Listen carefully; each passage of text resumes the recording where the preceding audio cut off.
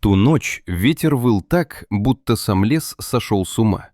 Старенькая сторожка трещала под напором метели, а снег бил в окна, как пригоршни мелких камней.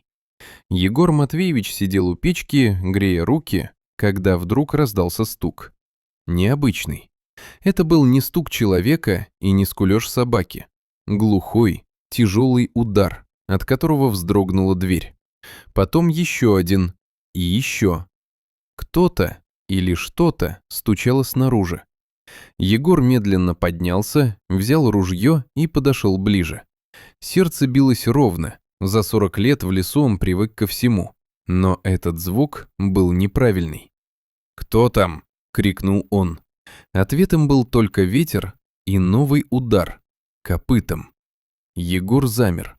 В голове вспыхнуло воспоминание, которое он не вспоминал годами. Много лет назад, в начале зимы, он нашел в лесу убитую лосиху. Браконьеры. Рядом с ней стоял маленький лосенок, дрожащий, потерянный, обреченный. Егор тогда не смог пройти мимо. Он закутал малыша в тулуп и принес к себе. Так в его жизни появился Мишка. Лосенок рос рядом с ним, сначала пил молоко из бутылки, потом неуклюже ходил по двору, а позже стал сильным, красивым зверем. Егор разговаривал с ним как с человеком, а потом отпустил. Так было правильно. И вот теперь, спустя годы, в дверь стучали.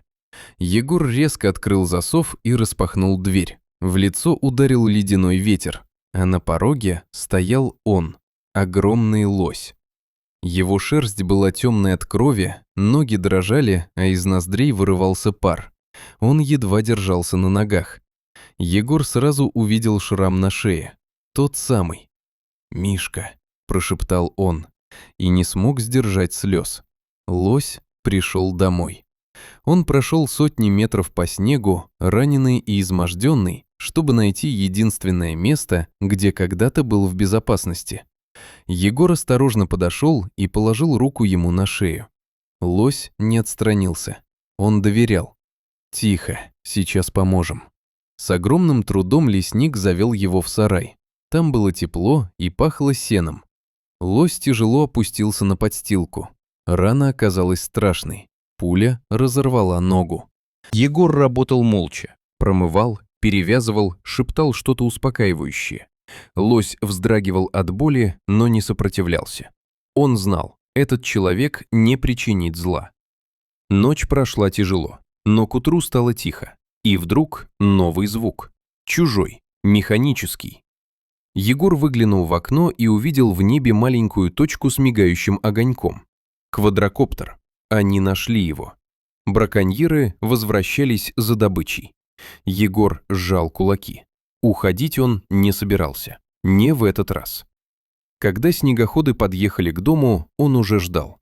Дальше все произошло быстро. Крики, выстрелы, огонь. Лесник отвлек их, дал сигнал егерям, а сам пытался выиграть время. Но шум, пламя и страх сделали свое дело. Мишка, обезумев от боли и ужаса, пробил стену сарая и вырвался наружу. Он бежал в лес, раненый, один. Когда все закончилось и браконьеров задержали, Егор стоял и смотрел на кровавый след, уходящий в чащу. «Надо идти», — тихо сказал он. Он шел долго, по пояс в снегу, не чувствуя холода. И нашел его.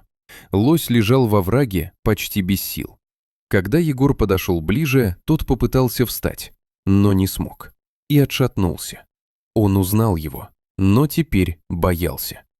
Егор остановился, потом медленно опустился на колени, отложил ружье и тихо заговорил. Так же, как много лет назад. Спокойно, мягко. Он достал из кармана кусок черного хлеба и протянул вперед. Долго ничего не происходило. Потом лось сделал шаг. Еще один и осторожно взял хлеб. В этот момент все вернулось. Доверие. Его спасли снова. Весной лось ушел обратно в лес. Сильный, здоровый. Но иногда в тихие вечера Егор видел на опушке знакомый силуэт. Мишка приходил. Просто проверить, все ли в порядке у человека, который когда-то спас ему жизнь.